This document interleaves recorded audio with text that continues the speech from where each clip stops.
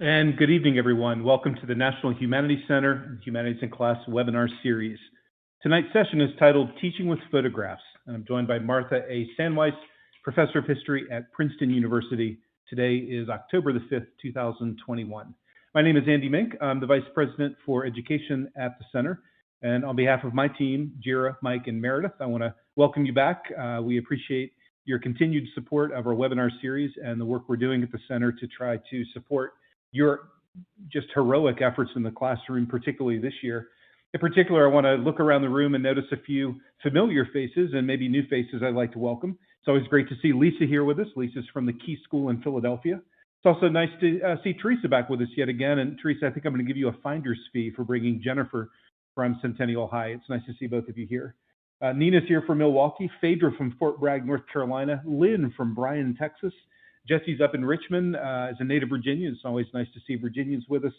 And Kent is from Louisiana and another kind of LA. We always have LAUSD well represented. I want to thank Veronica and Jonathan and Abigail from LAUSD for joining us tonight. At the National Humanities Center, we welcome an annual fellowship of about 35 scholars. These are humanists across the disciplines from universities all across the country and increasingly internationally. And I often share with you the work that they do in terms of their scholarship and their research, in terms of their expertise and their authority on the topics that we bring to you. But I don't know that I do a great job always of making visible the fact that they're all also very dedicated and engaged educators. They, although it's at the higher ed level and perhaps with students that all of you may have taught just a year or two previously, they take it very seriously, trying to connect their scholarship and the ways that they do their research, the ways that they approach their work for the non-expert, whether that's a younger student in a middle grades classroom or an undergraduate classroom or the general public. So trying to make the connections, the conclusions, the ways that they interrogate the past and the present a visible process so that you're not necessarily coming for answers, you're coming for a way to figure out how to figure it out. And I'm really pleased that the scholars we work with, and certainly tonight's guest speaker, I think does a great job of blending that Venn diagram of scholarly perspective with deep pedagogical insights and practice. All of the materials that we have created at the at the National Humanities Center can be found in our Open Education Digital Library. This is where we put both our scholarly and our pedagogical resources. We hope that they are useful to you. You can count on them being free and open. And by open, what I mean is you don't have to worry about the copyright. We have added a copyright that restricts the commercial use, but it does give you the full license and privilege to use these in any way you see fit with the students that you teach in the classes that you run. I do hope that you take a moment to sign up for the webinar series group. In that group, you'll be able to find all of the past webinars, the recordings, you'll be able to find the readings and the resources. We always add the PowerPoint at the conclusion of the session. And that does include, of course, tonight's session. If you go to this site and this group and this folder, you'll find the pre-readings that Professor pulled together for us. You'll also find some instructional resources that tonight's TA pulled together. One of the nice things about open education resources is that it's more than a repository. It's a way of thinking. It's a makerspace. And from my perspective as an educator, one of the most important things that we can provide our students is access and allow them to make connections between materials. So the digital library hosts not only all of the National Humanities Center work, but also over 95 other humanities organizations. And each webinar, I like to invite our partners who have contributed materials to these digital shelves to speak just for a couple of moments about some highlights and some ways that you can access their materials both through the library as well as their site, and hopefully connect it to tonight's session. So Emily Rowe, I'm so pleased that you can join us. I'm going to turn the microphone over to you for a few moments. Please tell us about the Arlington National Cemetery. Hi, thanks for having me. I'm excited to be here. So my name is Emily, and I'm the Education Manager for the Arlington National Cemetery's Education Program. And this is a program that we started in 2019. So it's a pretty new educational program. And before I get too deep into it, I just want to give a bit of background on Arlington National Cemetery. So I know many people might think, oh, it's in Virginia, Washington, D.C. I live in LA. There are a lot of you here. In California, it may not be applicable, but Arlington National Cemetery really tells the story of our nation and the people who live in our nation. There are over 400,000 service members and their family members buried in the cemetery, and they span from the Revolutionary War, though only a very few of them from that, to today, and it really covers the diversity of America. And in the education program, we try to hit on those stories and those concepts in our lesson plans and walking tours. So the cemetery was established in 1864, and it's both a historical site and a working cemetery. So our educational program focuses on lesson plans, walking tours, and reading materials, and their topics cover the span of American history. Currently, we have 3 modules released for the public: African American history, Tomb of the Unknown Soldier, and the Spanish-American War, with many more modules coming. Some will be on arts in the community, others will be on technology, military technology, or exploration. And I included a link to the website to access the materials in this PowerPoint. And all lesson plans are aligned to national standards and support social studies and literacy skills. Specific lesson plans that are related to what you all are here to talk about today, teaching with photographs. We have an elementary or middle school lesson all about the Tomb of the Unknown Soldier, and students use primary sources, photographs, to try to figure out what is the Tomb of the Unknown Soldier, who is buried there, what is it about, what are we trying to commemorate and memorialize. So they look at photos, historical photos and current photos, to try to piece together different parts of the monument to really understand what it's doing. Some other lesson plans that feature photos and close looking and close reading photographs and other primary sources to understand the historical events and the people who participated is a lesson plan called Nurses in the Spanish-American War that tries to help students understand the role of nurses in that war and the role of medicine and disease in the war. And then additional lessons that are coming soon include the 1918 influenza pandemic and the wider world, which is trying to piece together what the world looked like at that point and how the pandemic was a greater part of society than just a flu. And then also a technology sort that allows students to look at how technology has changed over time and how technology impacts the way a war is fought and society at that time. So that just gives you a brief introduction to our educational program. More materials will be added throughout the years, and I hope you check it out. So thank you. Emily, thank you so much for joining us tonight and sharing these wonderful resources. I'm going to encourage you, for as long as you can or have the time to stay with us, to drop some of these links into the audience chat box so folks can get them a little bit more directly. Feel free to share your thoughts and URLs there. As someone who, again, grew up on the East Coast and in Virginia, I know that being at the cemetery is just an amazing transformative experience. But to see these kinds of digital resources that can bring this to students all over the country is really valuable. Thank you for sharing. Thank you. I also want to encourage everybody to take a look at the Twitter handle Women Who Know History if you haven't. Take a follow of that. It's really fantastic to be able to bring many of the historians to our webinar season this year. Please take a look at the rest of the series, at the sessions we have coming up, and I think there'll be a lot of different both speakers and topics that will be valuable. But being able to follow things on things, I know social media right now is in a pretty bad place in the public news. This Twitter handle in particular is just a wonderful place to be able to find and access really prominent scholars who are doing amazing work on a variety of topics. And I would encourage you to both join us for these sessions as well as follow that tag. I want to thank our Teacher Advisory Council, as always, for their contributions this year. Again, as all of you know, I don't need to tell you, it's been a very disrupted several years. And to have folks like Brian Sheehy, who I see in the room tonight, be able to contribute and be able to help us make sure that our work is relevant is really powerful. I want to thank them for their continued work. Tonight's webinar is an audio-only webinar powered by a PowerPoint. Again, you'll have access to that PowerPoint at the conclusion of tonight's session. If you have any technical problems at all, I wish it were more complicated, but usually the best thing to do is to log out and come back in. That will not disrupt your certification or your record of attendance. There's also an audio button that you can adjust the volume for if things are crackly or a little bit low or too high. And I do want to encourage you to participate in the audience chat as often as you like, and bring any formal questions for Professor Sandweiss to Ask the Professor tab. And as the moderator, I'll bring those forward at the right time.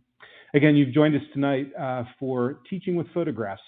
I'm joined by Martha A. Sandweiss, Professor of History at Princeton University. I want to welcome and thank Kate Van Haren, who is here as a member of our TAC and tonight's TA. Kate teaches social studies at Pittsville Elementary School in Pittsville, Wisconsin.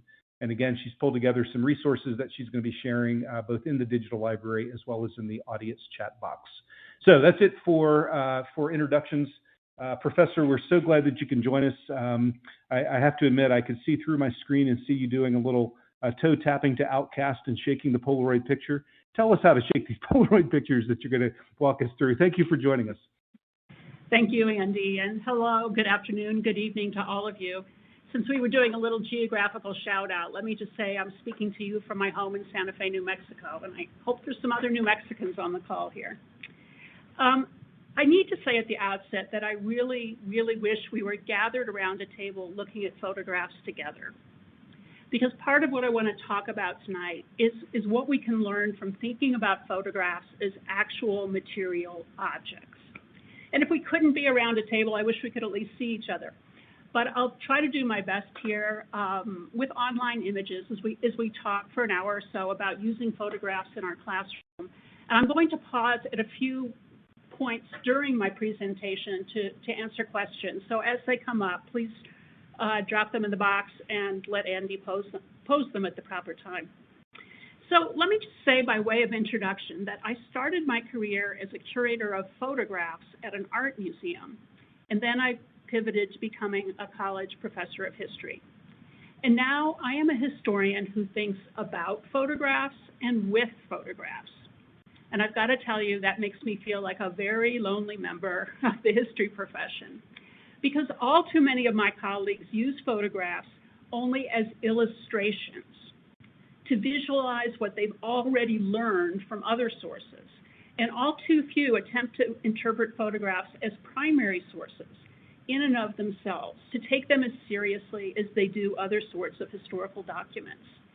Invariably, my colleagues come to me for help with photographs when they're trying to find an illustration for a book they've already written, but they never come and ask me for ideas when they start their research. But I want to argue tonight that photographs can be as rich or even richer than the literary documents that so many of us were trained in school to analyze. And I think we can not only train ourselves to be smarter about interpreting photographs as historical documents, we can teach our students to do it too. We need to feel confident asking the basic questions, and some of you have already dropped these in the chat box. Who, what, when, why, where, and how. We need to learn to think about photographs in history, that is, within the historical context in which they were produced.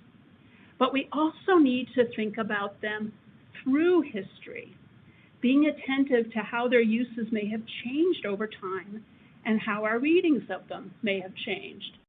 And to illustrate that point, let me just show you this picture of Lower Manhattan, a photograph obviously made before September 11th, 2001. We cannot possibly look at this photograph now the way we might have looked at it, say, in the year 2000.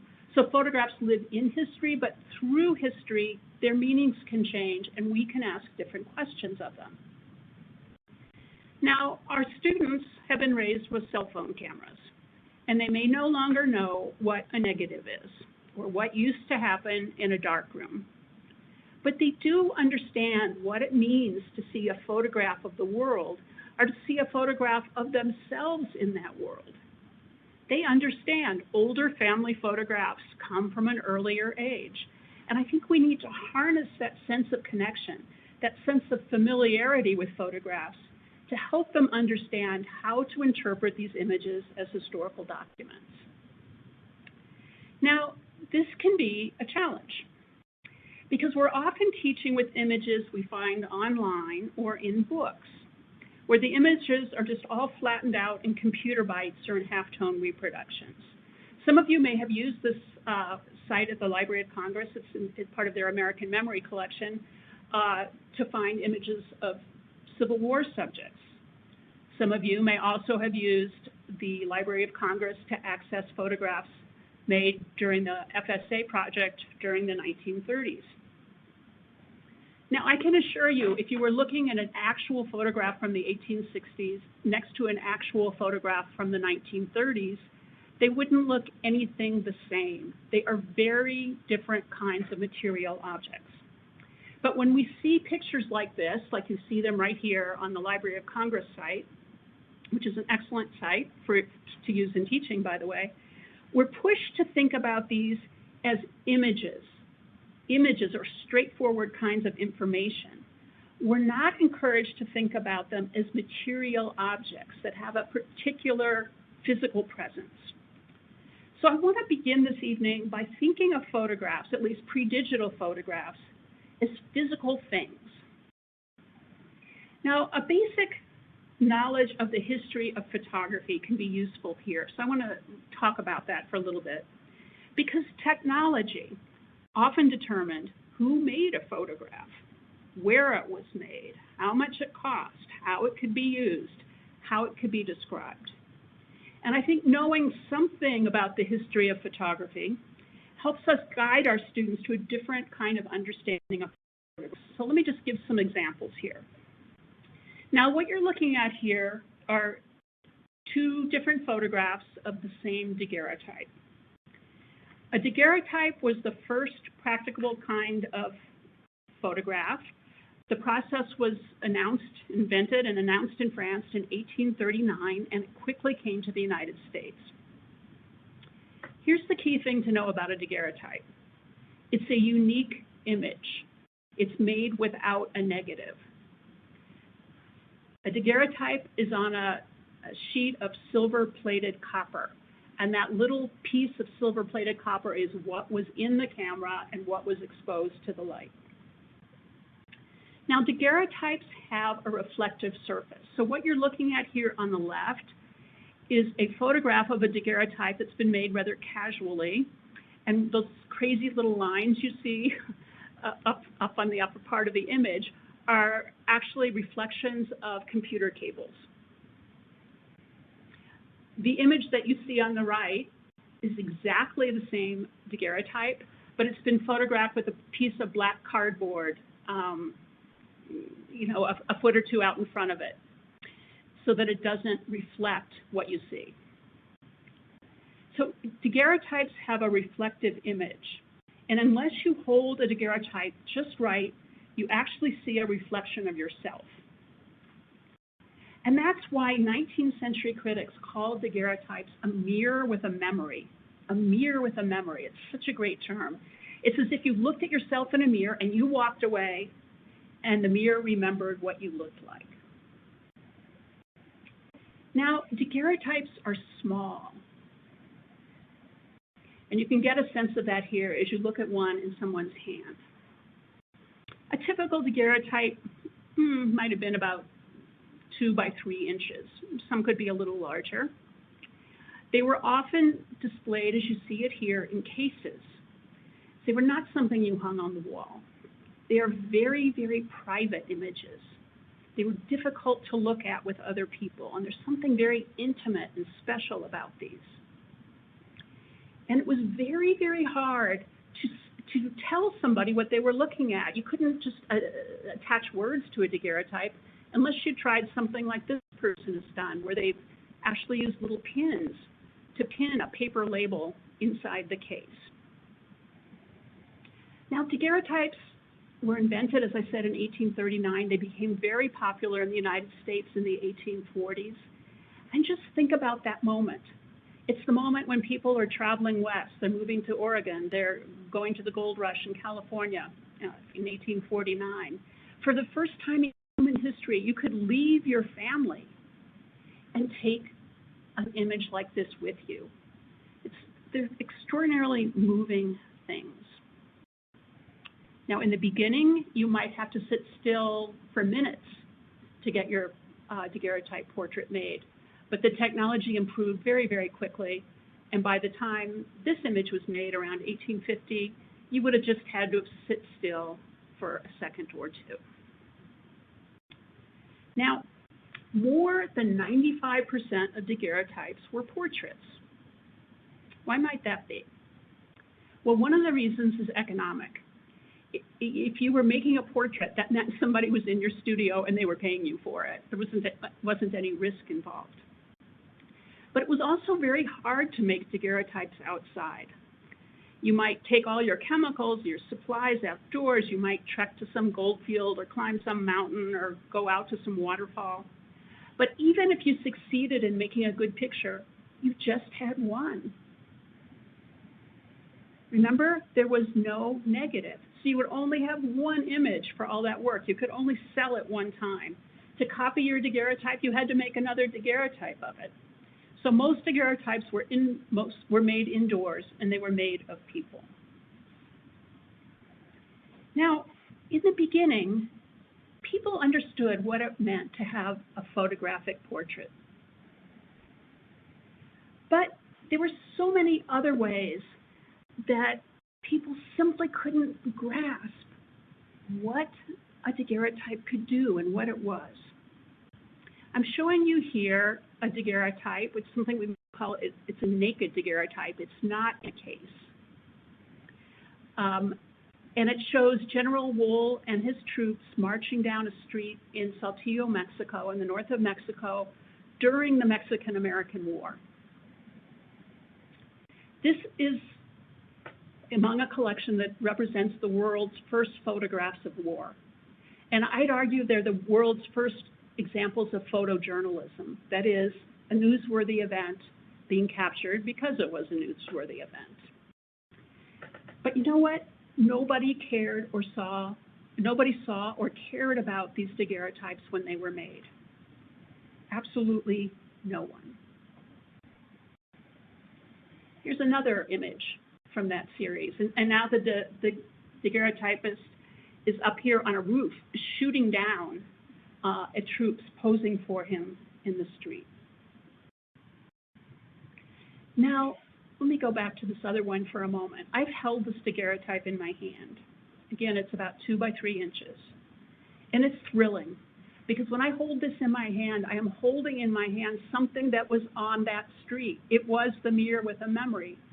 It was there and witnessed that man on the left leaning out the barred window. And if you look really closely, you'll see a dog on the sidewalk standing in front of those people close to the troops. And you can see that General Wool has actually stopped in the business of war to pose for a camera. It was a newsworthy event. It is thrilling to hold this in my hand. And I can't understand why anybody in 1847 didn't care about it. Professor, I'm sorry to interrupt you. It's funny, you just led perfectly into 2 quick questions. The first comes from Jan. Jan is in Durham, North Carolina, and she's wondering if you can tell us how heavy it is. You just talked about holding it. How heavy is a daguerreotype? Oh, ounces.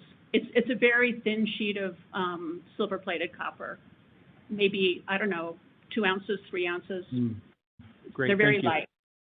And then as a follow-up question, Nina, just as you said you had no idea, you couldn't understand why people didn't care, Nina, who's from Milwaukee, asked, why didn't anyone care? Do you have any insights to that, or is it just, is it a mystery? Well, that's a lead into my next slide, so thank you very much. Thank you. So here's yet another one of these images from that series. I know what it is because somebody glued a little piece of paper to the back of it, and it identifies it as the gravesite of Henry Clay Jr. He was the son of the Kentucky statesman, and he was killed at the Battle of Buena Vista in Mexico in 1847. He was buried in Mexico, and then when his Kentucky regiment went back to the United States, they disinterred him and brought his body home for burial in a family plot. Now, this is pretty bleak looking. You can see the cross, you can see the hole that's been dug, you can see that shadow. Let me show you another image made at the same time about Henry Clay Jr.'s death. This one. It's a print by Nathaniel Currier of Currier and Ives, and it shows, as you can see from the label, death of Lieutenant Colonel Henry Clay, Jr. Now, let's look at what you see here. You see American troops on the left shooting the Mexicans who flee in cowardice on the right. You see young Mr. Clay clad in white, of course, right in the center of the picture. His dying words were widely reported in the press: "Tell my men to fight on and take my pistols home to my father." Okay. What does this have that the daguerreotype does not?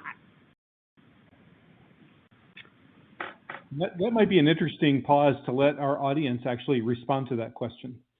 If they're comparing these two, what does the image on the right have that the image on the left does not?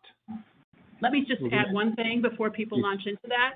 If you were to put the daguerreotype in the lower left corner of this hand-colored lithograph that you see on the right, if the daguerreotype was in the lower left corner, it would basically come up to Mr. Clay's calf. So that's how it's very small compared to the print. Thank you. Okay, we see a lot of, you might see this as well, Professor, in the audience chat with the green border on your screen. You'll see a lot of folks are starting to chime in. Linda offers that one is a person's interpretation. Many folks, Allison, Jacqueline, are talking about color and detail. Jennifer from my old stomping grounds in Orange, Virginia, is talking about romanticization, says Lindley. Lush. Yeah, lots of comparisons of the visuals for sure. Yeah, I mean, what the printmaker has done is made sense of a chaotic event. Number one, the photographer couldn't get anywhere near the actual battlefield. It was way too dangerous. So that's more exciting to be on the battlefield. But, you know, a lot of times after a battle, you don't know what's important till after everything's over. And here, time is compressed. A narrative is created. We see Lieutenant Colonel Clay, he's alive, but the label tells us he's dead. So it's creating a whole narrative. He was shot, he is dying, he will be dead. A photograph captures a split second of time, and it cannot tell stories that way. So yes, you all are exactly right. The color is important, the composition is important, and the words that are printed on this print are important as well. Now, there are other kinds of cased images. Those are two tintypes you see on the top left, something called an ambrotype on the right, a daguerreotype on the left. I'm going to talk about these two. So basically, daguerreotypes are all that were made in the United States in the 1840s. By the mid-1850s, there come to be other processes. Ambrotypes and tintypes, like daguerreotypes, are unique images. So they are made without negatives, and the little plate that you could hold in your hand or hold in a case is what was actually in the camera. So if you see a daguerreotype of those three people, or an image of those three people on the right, that physical object was in the same room with those three people. Again, it's not a daguerreotype, but the concept of a mirror with a memory is still there. Now, I just want to talk for a minute about these different kinds of images, because if you want to teach with them as primary sources, it's worth knowing a little bit about them. So an ambrotype is actually a negative on glass. And I'm going to talk about negatives in just a minute and how using negatives and making paper prints changed everything. But here you go. It's a negative, but if you put something black behind it, it reverses the values of the picture. So you see what I mean? It's a negative, and then the upper right just has a piece of black paper or some black varnish behind it, and it converts this to a positive image. I'm going to show you an ambrotype that I picked up at a flea market. I bought it because, well, gosh, who wouldn't want to have a picture of a little girl playing a French horn? But if you look very carefully, it looks like the girl only has one leg. Now, I do not think this is a one-legged girl playing the French horn. I think part of the backing of the ambrotype scraped off, and it makes this very crazy-looking image. Now, a daguerreotype surface, like I said, is reflective.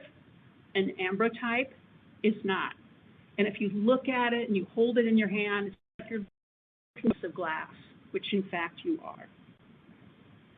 Okay, so next process I want to talk about here is a tintype. This is a process that was patented in 1856. This is an image I also found at a flea market, and you can see why I bought it, right? Who wants to ask their students to write about this? A tintype is actually on iron, not tin.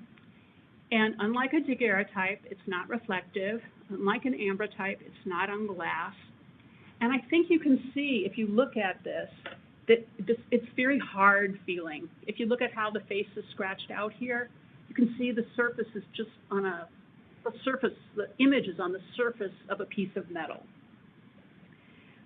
Sometimes tintypes are in cases like this, sometimes they're not. And I'll probably spend the rest of my life trying to figure out or wondering why someone hated this mother so much she crossed out her face. Now, why does this talk about technology matter? Well, it matters because technologies can help us understand who and why people made these things. They can help us understand who might have bought them. So tintypes. Tintypes were a lot cheaper than daguerreotypes. So the number of people who could afford to have them made was much greater. And they were very, very sturdy. Unlike an ambrotype, which is on glass, tintypes don't break. Unlike daguerreotypes, they don't have very, very fragile surfaces. So they could be sent through the mail. And they become very popular during the Civil War because you could just pop a tintype into an envelope and send it across country. So here's a tintype of a woman holding a tintype, presumably of a loved one who's a Confederate soldier. So the medium, in some ways, determined what kinds of pictures would be made and how they would be used. So before I go in to talk about negatives and photographs that are on paper, let me just pause for and see if anybody has any questions here. We do have a couple of questions. I think this might be a good time to answer. The first one I'm going to bring to you comes from Nina. Again, Nina is from just outside of Milwaukee, and she's wondering where she or our audience might gain access to daguerreotypes to use with their students. You can easily, I don't know if you mean actual ones or images of ones. Actual ones, just go to a flea market. You can find them. Because I'm telling you, once that little piece of paper falls off that tells you who that woman is, daguerreotypes, most daguerreotypes have very little value. If you can't identify the sitter, they're just out there, and sometimes you can buy them for a few dollars. And probably on eBay or something like that, you can get a stash of them as well. Exactly. That tells you how old I am, that I think of And once you do acquire some number of these, what's the best way to store them so that you can either use them in teaching, use a class set, or for kids to hold them? Is there a particular way that you've found is the best way to store them for longevity? That's a great question. And let me just say that the 19th century photographs I've shown you so far are much more stable than photographs on paper. Paper, as you know, turns yellow, it degrades, it's sensitive to sunlight. These images pretty much are not. So if they're in a case and the case has a glass cover on it, it's pretty hard to hurt them. And I would feel, unless it's an extremely valuable object, I would feel comfortable handing it around the classroom. Mm-hmm. Yeah, thank you. This question comes from Mike. And I think he might be asking specifically about the images that or the digital representations you've just shared. Are any of these images hand colored, or on this picture it looks like there's a pin in the back of her neck is yellow? Yeah, the easiest place to see that, let me go back, is this one of the little girl. It's beautifully hand colored, her dress, the flowers on that fabric that's covering the chair. So the hand coloring is done at the very end of a process. Mm-hmm. And you could hand color a daguerreotype, a tintype, or an ambrotype. Got it, thank you. Phaedra, who's joining us from Southern North Carolina, is wondering how these daguerreotypes indicate social or economic class level. Can you talk about the wealth of the owner based on what kind of folder that the photo is in? What about the actual folder itself? The cases can be made of so many different things. They can be made of a kind of protoplastic. They could be made of something that's made of paper. You can't really tell by that. I think you can tell if you're good at looking at costume, looking at the clothing that the person's wearing. But let me put it this way: tintypes were very cheap. Anybody could have afforded a tintype. Tintype photographers would set up at country fairs, for example, or they'd set up at a military base, and they would make photographs very cheaply. Daguerreotypes, people tended to think of this as a democratic art because daguerreotypes were so much cheaper than a hand-painted miniature, which was the counterpart previously.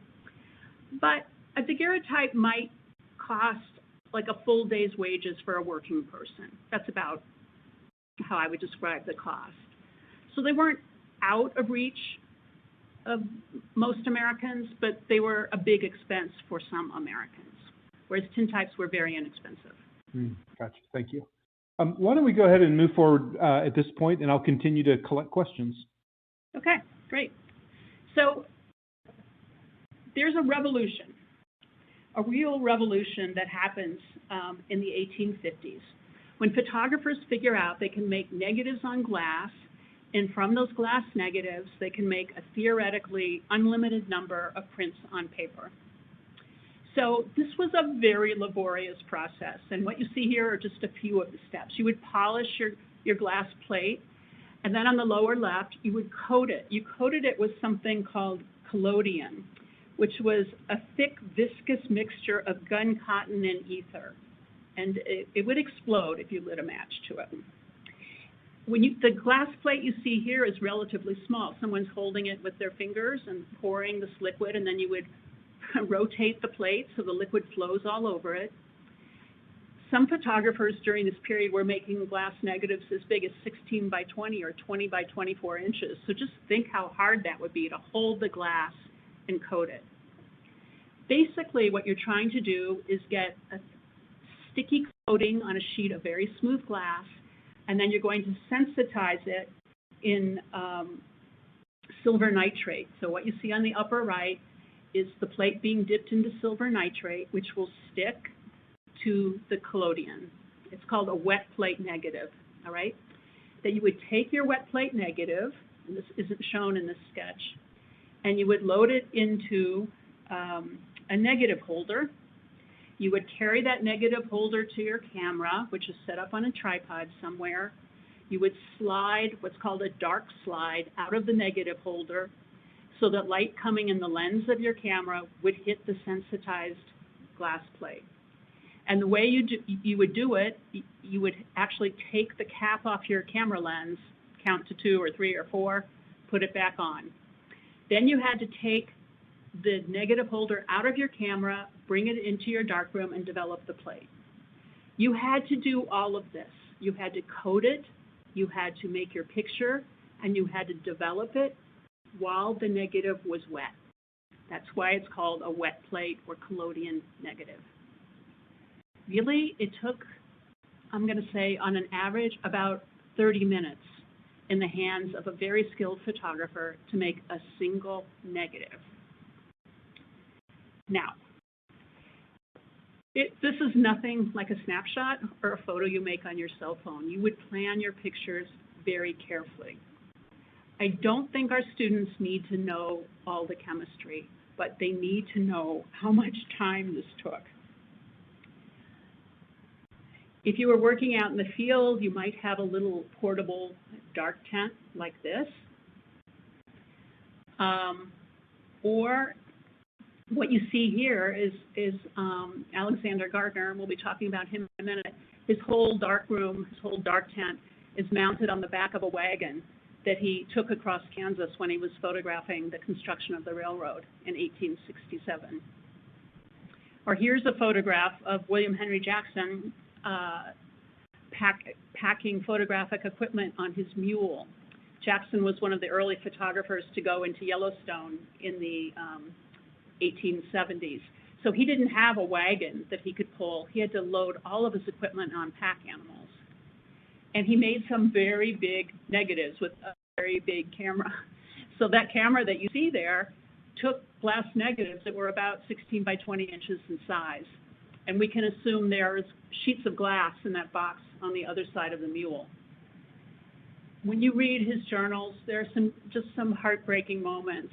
You know, a mule will stumble, fall, and weeks worth of glass negatives will be destroyed. You never made your prints when you were out in the field. Once you made your negative, exposed it, developed it, you could just varnish it, and then you would keep it till you got home, and that's where you would print it. Most 19th century prints, photographic prints on paper, were contact prints. And they were printed with sunlight, because think about it, there weren't electric light bulbs around for much of the 19th century. So you would put your negative in a box in contact with a piece of specially sensitized paper, and you would mount that box either, as you see here, in proximity to a window where a lot of sunshine would come in, or, and I just couldn't find a good picture of this, you would put it up on the roof of your studio. So let me put it this way, if you lived in Seattle where it rained a lot, it could take you weeks before you could make a single print from your hard-won negative. It was a very slow process. But it's really a game changer, because when you have a negative, you can make multiple prints. So now a photographer is willing to take more risks. Maybe you really will try to climb that mountain, because if you get a great picture, you could sell that print 100 times or 200 times or 300 times. So the economics of the business changes. And the other thing that really changes is once prints are on paper, you can attach words to them. Let's go back to this picture for a minute. Nothing is sadder than an old photograph like this that doesn't have a label on it. You know, something was so valuable to someone because of who it was becomes an anonymous person. But once you can make prints on paper, and you can mount those paper prints onto boards like you see here, you can use words. And so you can look at this stereograph and go, oh, it's Confederate soldiers laid out for burial, because the photographer tells you that. This changes everything. And the small print here under the title tells you that if you turn the stereograph over, you'll get a fuller description of these soldiers. Or you might see a picture like this. Somebody's gone to Yellowstone and made, I actually can't read the number, I think it's 100 different views, and you can tell, oh, you have number 47, so maybe next you want to collect number 48. Now, why did photographers need words? I think that's a good question, because shouldn't the picture be worth 1,000 words? And the answer is it couldn't be. Let me show you this. This is a photograph made by Timothy O'Sullivan, who accompanied some of the great Western exploring expeditions out west in the 19th century. And this is a picture made in Arizona of a place called Cooley's Park. And it's from a big photographic album that he made for the government. And I'm not showing you here the text page that's bound in next to this. But let me tell you what the text says. The text isn't about this being a beautiful place, or it's a good place to build a road, or it's a nice view. The text says the Apaches have been banished and this is safe for settlement.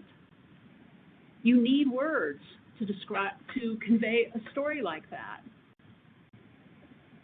Or actually, let's put this in the chat. Why do you think Russell made this photograph of the Dale Creek Bridge, which is, I believe, in Wyoming? So that's a direct question, correct? We want our audience to chime in. That's a direct question. Fantastic. So we'll take a moment, give them a chance to get their fingers loose, get to their keyboards. Professor, do you mind posing the question one more time? Why do you think A.J. Russell, the photographer documenting the construction of this particular railroad, made this view of the bridge. Thank you. Got some great answers here. Mike is offering that this is an example of a feat of engineering. Jennifer's wondering if this shows progress. Phaedra is noticing the drought. Jan and Nina both seem to be focused on the railroad and the technology. Suzanne Burton, always great to have you with us. To show its majesty, to show achievement and advancement, says Raina. Manifest destiny. Yeah, well, I'll tell you, when I first looked at this, I thought he's showing off what those engineers could do. Look at this incredible bridge they built in the middle of nowhere. But a few of you in the chat box are coming much closer, because what the caption tells you is that this bridge spans a creek of marvelous trout. Not only is there water, but if you're out here in the middle of nowhere, you can feed yourself. Who would guess that? So words often do the work that the photographs alone can't do. And when I talk about thinking about photographs in history and through history, this is just what I mean. In history, this was a photograph about the water and the trout. Through history, I agree with all of you. It seems to represent a larger narrative about manifest destiny and this and that. So sometimes you do have to be a historian to really figure out a picture. But I want to make an important point here with this next one. When words are attached to a picture, when meanings are attached to a picture, they don't last forever. So here's a photograph of a Yankton Lakota man named Smutty Bear. I won't try to pronounce his Lakota name. And it was made in 1858 when he came to Washington, D.C. as part of a diplomatic delegation to speak to the federal government. The picture was made in 1858. In 1877, the federal government published a catalog of all of its photographs of Indian peoples who had been photographed, mostly in the nation's capital. And it had a little entry about the Yankton Lakota. And it said that they are, quote, making substantial progress in civilization, many of them having permanently discarded their Indian habits and dress. So when this photograph went out into the world, it was a photograph about assimilation. But about a century later, a group of people on the Yankton reservation got together and went back and looked at these photographs. And they recognized their ancestors. And they said, no, we know who Smutty Bear is. He's an expert hunter, and he symbolizes the resistance to white policies. What's so fascinating to me here is that a picture that's thrown out into the world with one set of meanings can be reeled back in and given another set. And that's a really interesting and challenging concept, I think, to talk to students about.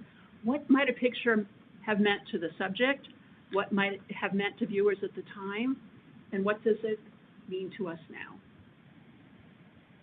Now, I did notice somebody in the chat box just asked what an albumin silver print is. Yeah, it's the paper.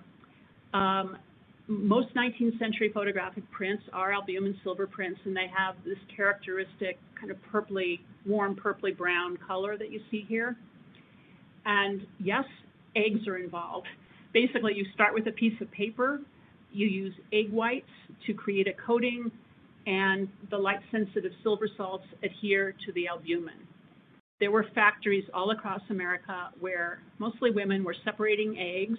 The yolks were going to the leather dressing industry, and the egg whites were going to the photographic industry. So, good question.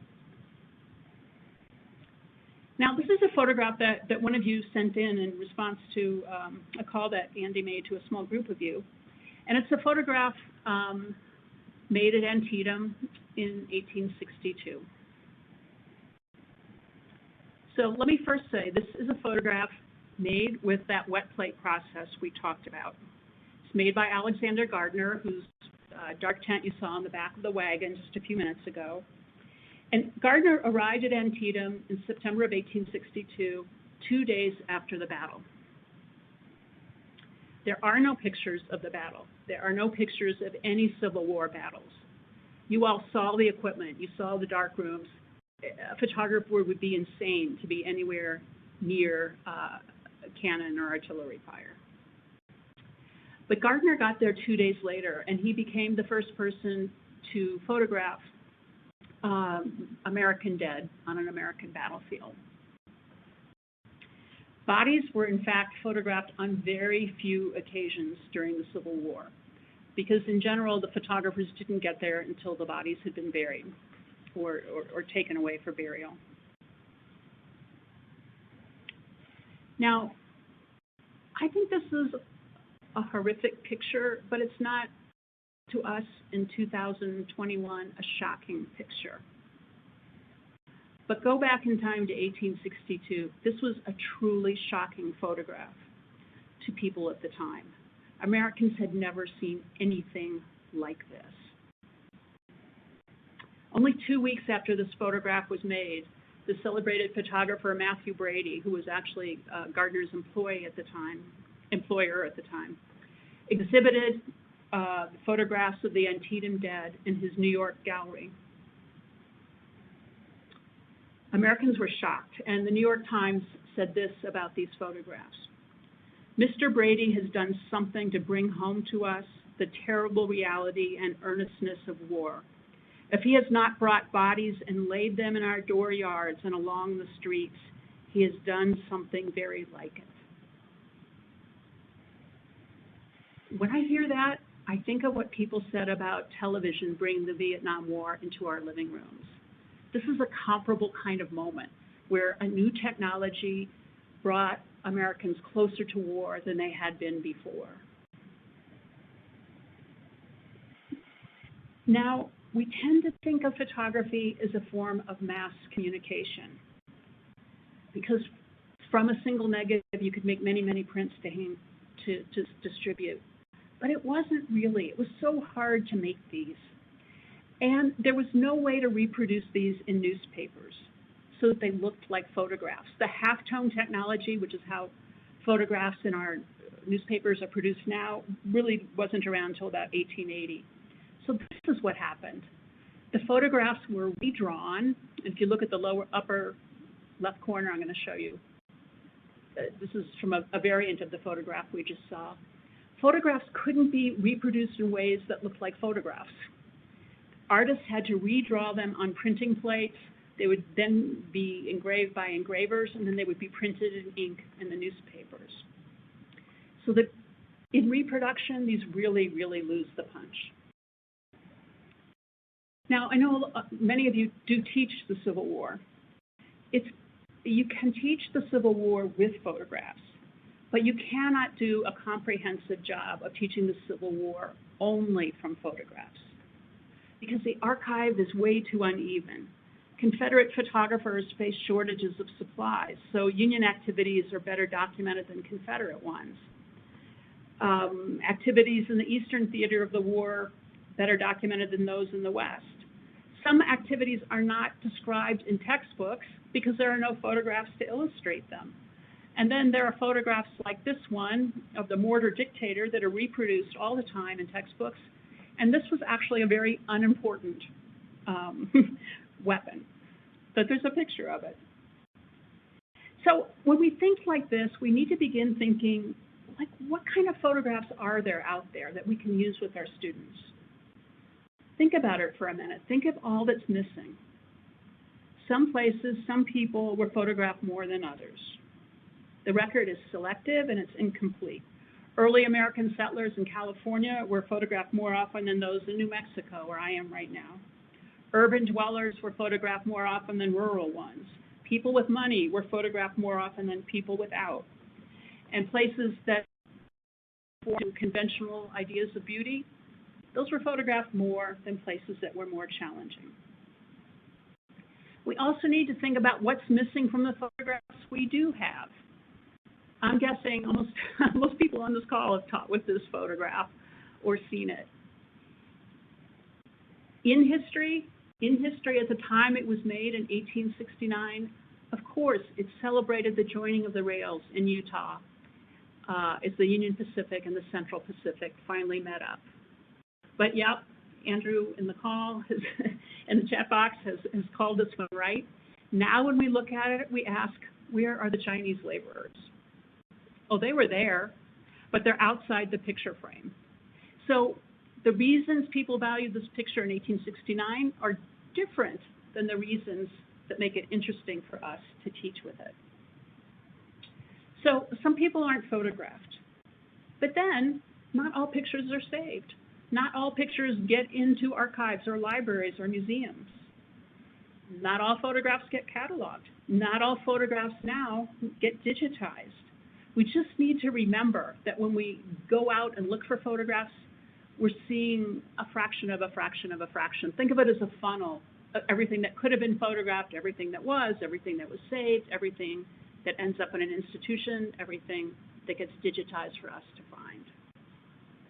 Okay, let me just leap through a few more technological things here that matter. 1882, something called dry plate negatives are invented. You didn't have to bring all of your chemicals out into the field with you. You could buy a negative that was ready to go. And that brought many more women and many more amateurs into photography. So after 1882, the kinds of people who are making photographs expands enormously.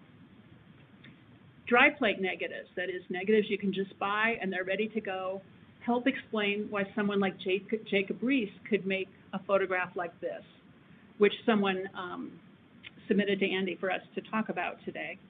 He couldn't have used a wet plate negative process and coated it in a dark alley at night before he went into this illegal boarding house in the middle of the night to make this photograph. And how did he make this photograph? He was experimenting with a kind of magnesium powder in a frying pan that he had to light with a spark. It made a huge explosive noise. Twice he caught his own clothes on fire. It was loud, it was bright, but he was a man on a mission. He'd been a police reporter who took up photography in the late 1880s and wanted to literally illuminate photography, show what the poor looked like. And he's here in an illegal boarding house where people were paying 5 cents a night to sleep. He said that later that there were 15 men and women in this room and one newborn baby. And he said he went there with the policemen who were supposed to look out for illegal spaces like this. The policeman gave a report to the health board in New York City the next morning. The health board shrugged it off. And then Reese, who knows if this is true or not, said he brought in his negatives still dripping wet from his darkroom. And after that, he said, from them, there was no appeal. The photographs were very effective as a kind of social documentary photography. And this is really the beginning of that idea, the idea that you can use photographs to stir emotions and compel people to act in a particular way. This photograph, honestly, is a little complicated for me now. These people didn't give consent to be photographed in the middle of the night. So that is something to think about. It's certainly a photograph that very much presents what the photographer wanted to show us. But sometimes what we see in pictures is what subjects want to show us. I'm guessing a lot of you have used the photographs of Solomon Butch as well, who's a Nebraska photographer who tried to document life in Custer County, Nebraska in the late 1880s. He came to photograph the Hilton family. Mrs. Hilton, whom you see there, was embarrassed by her sod house. And so she asked the photographer to help them move their pipe organ out of doors. And they posed here, so you can see that they have cows, they have a corral, they have a 2-horse wagon. It becomes a picture of who they want to be, not a picture of how they're actually living. So this raises a good question for us. Is it important for us to really worry about a photographer's intent? And I'm going to show here a picture that someone else on the call submitted. picture made in, I didn't get a chance to do too much research on it. It's a picture made in Juneau after a fire. And a crew, as you can see, is surveying the lot lines before new construction begins. But that's not what we notice about this photograph, is it? Look at that sign. Now, does it matter that the photographers were probably intent on photographing the reconstruction and the surveying process? Or is that sign, it's that sign that we need to think about, the restaurant, all white help. It's as if it was captured accidentally, but it's absolutely what makes this the most, such a compelling photograph for us to look at. Another person on the call sent in this. So this is a juxtaposition. I'm sorry, I don't know the teacher's name, but thank you for sending this because it's useful to talk about. 2 photographs of Abraham Lincoln that this teacher said they use in their classroom to help students physically see how the burden of war wore upon his face. And this is interesting because this is another way photographs work. Look at this photograph. The Lincoln picture is a juxtaposition made by one of you, but this is a photograph that was published during the 19th century of a student at the Carlisle Indian School in Pennsylvania as he appeared when he arrived, a Navajo student whose English name was Tom Torlino, and as he looked several years later as he prepared to leave for the school. So photographs, even without words in this case, can create narrative stories that people can talk about. And there's a lot of these Carlisle School photographs online that might be useful to those of you who talk about the Indian schools, which are back in the news right now. But contemporary photographers are playing with these ideas too. And this is a juxtaposition I just love. On the left, another Timothy O'Sullivan photograph of a mine in Virginia City, Nevada in 1868.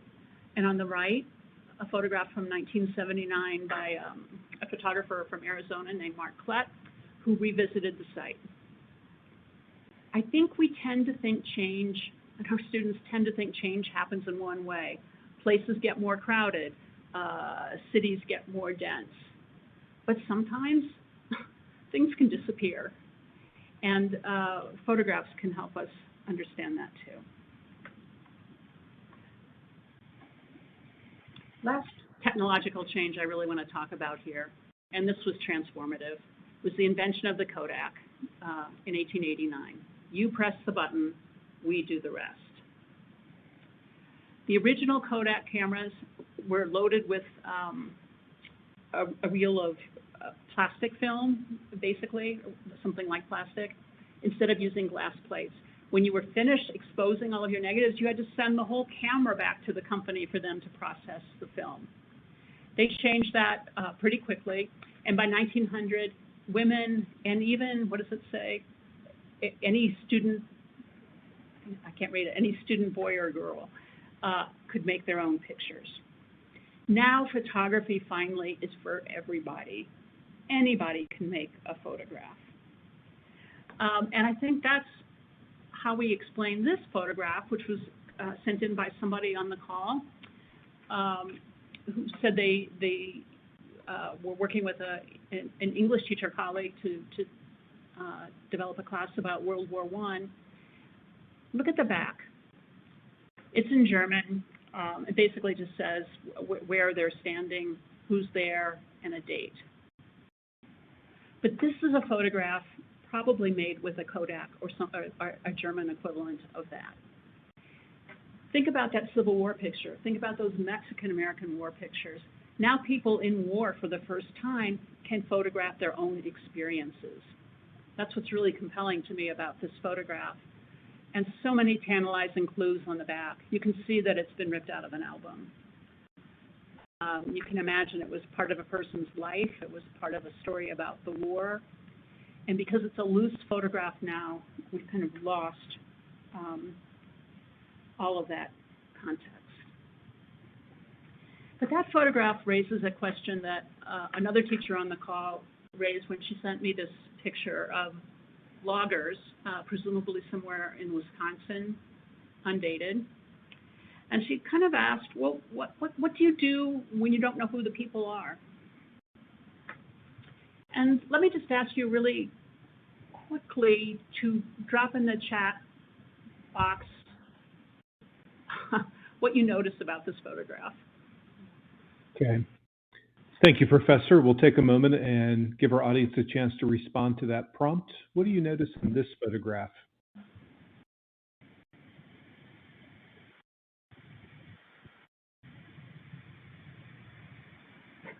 Dinner, yeah. Jan is in foodie Durham, North Carolina. She notices the dinner immediately. Thank you, Jennifer from Orange County, all men.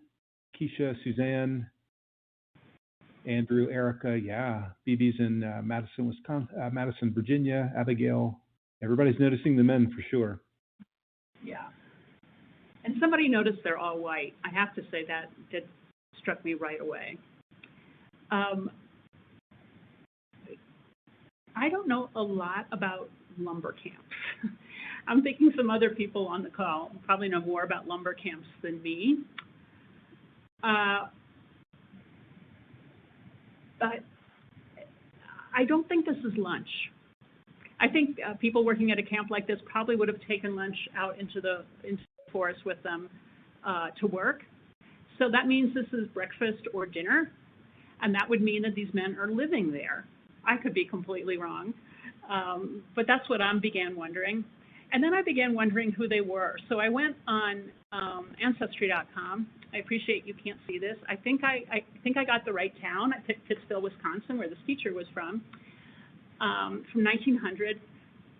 And you probably can't read it on the screen here, but it is striking on this average census page how many of the people came from that community.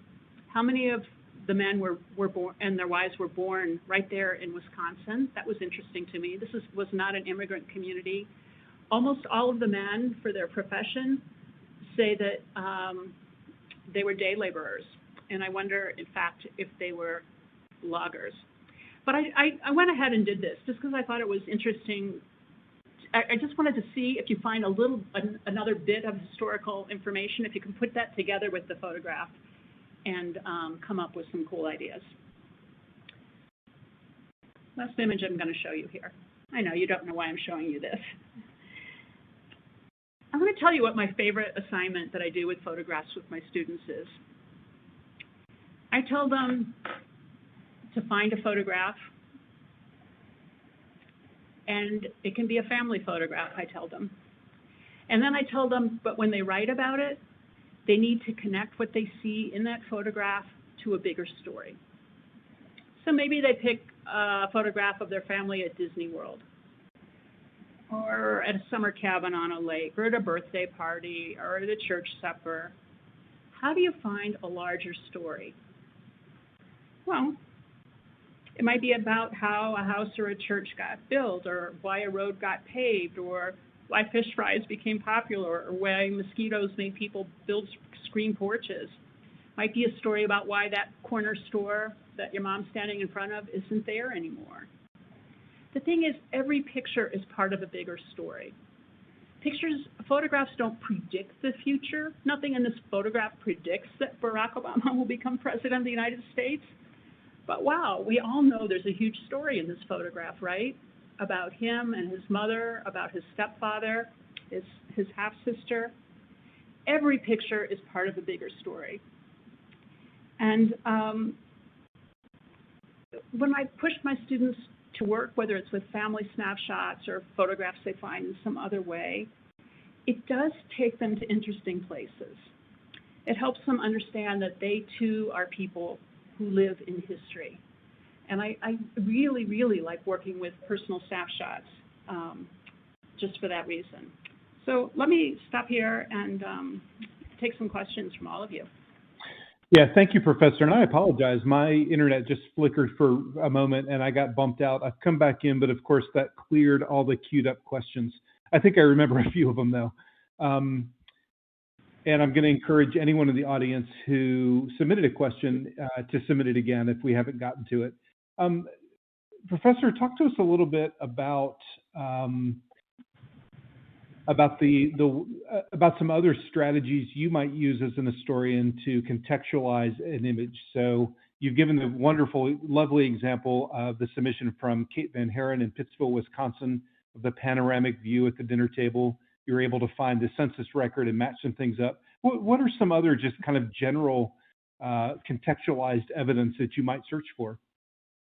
Well, that's why I wanted to talk to you a little bit about the history of photography, because if you know that a thing is a daguerreotype or an ambrotype or a tintype, you can tell what decade it's made, okay? That's context that you might not have another way. If you're looking at photographs that are on paper, always, always, always turn them over. You never know what's going to be written on the back. I've gone to archives and asked for a drawer of photographs of whatever, and then turn the drawer around and flip through the pictures backwards. That does tend to make the librarians stare at me. So that's a clue. Sometimes photographs, 19th century photographs, are on boards that have the photographer's name. You can always go online and try to figure out who that photographer was. If you find out who the photographer was, you'll sometimes be able to learn where the photograph was made. Those are all good clues. Yeah, fantastic. Thank you. In your experience, is there any sort of geographic pattern to the ways that photographs were taken and used? In other words, were there parts of the country where photographic archives might be more in depth, where people had better access, where it was more culturally relevant, or is it really just a ubiquitous sort of tool that everybody was using?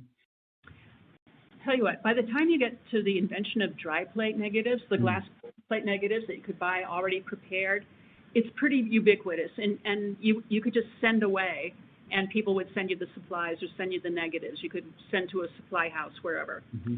But before that, it was hard to get supplies. You had to have a large enough audience to make it worth setting up a photo studio in a certain town. So it's pretty much like what you would imagine. The cities had more photographers than small towns. Urban areas had more photographers than rural areas. But there are wonderful collections of small town and rural photography studios that really bring communities alive. And if you, whatever state you're in, I guarantee you can find fabulous collections at your state historical society that really help you recreate life in smaller communities. Right, thank you. I was really struck by a point you made early on, which is that oftentimes as educators, and maybe in other conversations as well, we use photographs to illustrate a point we're trying to make rather than treating them as their own unique source of understanding and conclusion. Talk to us a little bit about the role of the photograph in journalism.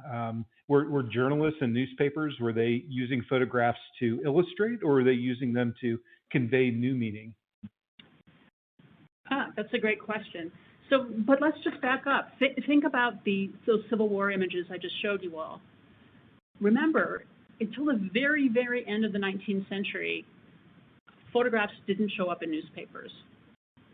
The real push, the real change really comes in the 1930s when Life magazine is invented and the picture press takes off in a really different way. And of course, newspapers use photographs in one way, old magazines like Life and Fortune and Look used photographs in a different way. But I think the point to make here is that if during the Mexican-American War, people had no idea what to do with an image of war, now we do. So people have been trained, really trained, by looking a lot of images to understand images. And when photography was first invented, there was just no context. So people didn't understand photographs. But over the decades, and now over more than a century and a half, we've become photoliterate, and we understand these pictures in different ways. And maybe that leads to a question that's come up several times, so I'm going to to pull together several comments and several questions, and that is for your perspective on the ways that digital photography, the ways that cell phones and really just amazing pieces of technology have essentially made all of us documentarians, or all of us given the ability. Has that changed our relationship with photographs? Has it shifted the way that we're thinking about that, do you think? That's a great question, because basically up until the invention of digital cameras, people believed photographs, okay? The photographer Lewis Hine once said, "Photographs don't lie, but liars can photograph." And by that he meant you can turn your camera a particular way, you can ask the Chinese workers to get out of the railroad celebration, photograph, whatever. But you could basically assume that what you saw in a photograph was what was once in front of a camera. With digital photography, you can no longer assume that. And I really don't know, young people now, I really don't know, 50 years from now, will they look at 19th century photographs and believe them? Will they look at 20th century photographs, pre-digital 20th century photographs, and believe them? Or will that basic faith in the truth of a photographic image be gone? That's a great point, thank you. So unfortunately, as the moderator, it's my role also to remind us of our time. We've got about 10 minutes left. I see you've got a few more slides left. Would you like to work through those, and then we'll conclude?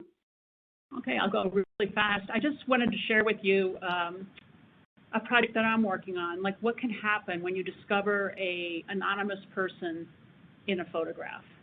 So this is a photograph that Alexander Gardner, our Civil War photographer, made at Fort Laramie in what's now Wyoming in 1868, when those 6 tall white men were part of a peace commission, and they went out there to move the Lakota onto a reservation.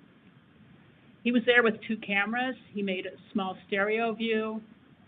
He made this larger view, and you can see it better here. But I decided I wanted to find out who that girl was. If you look at his photograph, he carefully labeled at the bottom named all of these generals whom you see here, but he didn't know the girl's name. He just called her Arapaho. And when he turned it gave his negative to an archive in Washington, D.C., on the lower right, he wrote in Dakota. Could I figure out who she was? Well, it took me 3 years, but I did. I thought maybe she was a translator. This goes back to how you figure out who anonymous people are. Maybe she was a chief's daughter. But some years ago, I went to the Fort Laramie National Historic Site, and in the library there, I found a little note card written in 1972 by a man who said, "This is my grandmother, and her name is Sophie Mousseau." Now, that man's what we call an unreliable narrator. He also said he was descended from Marie Antoinette, and he was dead, and I couldn't ask him questions. But I've spent the last few years unearthing the story of the girl named Sophie Mousseau. There are no other photographs of her. I've now met her family, and we all believe this is her. It turns out that her father was a French trader. Her mother was Lakota, and they met at Fort Laramie as an indirect result of an act of violence committed by the man, second from the left, General Harney, who murdered the baby of a woman named Yellow Woman, brought Yellow Woman into the fort at Fort Laramie, and told all the French traders they had to come into the fort too. So her father, her mother, they met as a response to his violence. They remained married for half a century and became her parents. She grows up at the fort. She marries a white Civil War soldier, has 5 children. He kidnaps them and sends her to the reservation at Pine Ridge. She remarries, has 7 more children, and lives out her life there. She's an extraordinary story. I don't have time to go into it all now, but look at this photograph for a minute. The man second from the left was born in 1800 during the John Adams administration. Little Sophie died during the Depression while Franklin Roosevelt was president.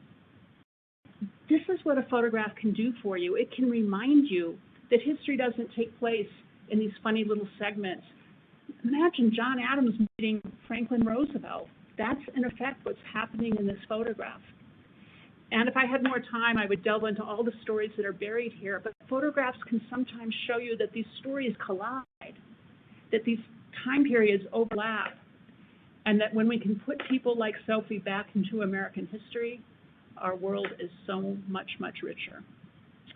And someday I'm writing a book about this project, and the stories will all be there.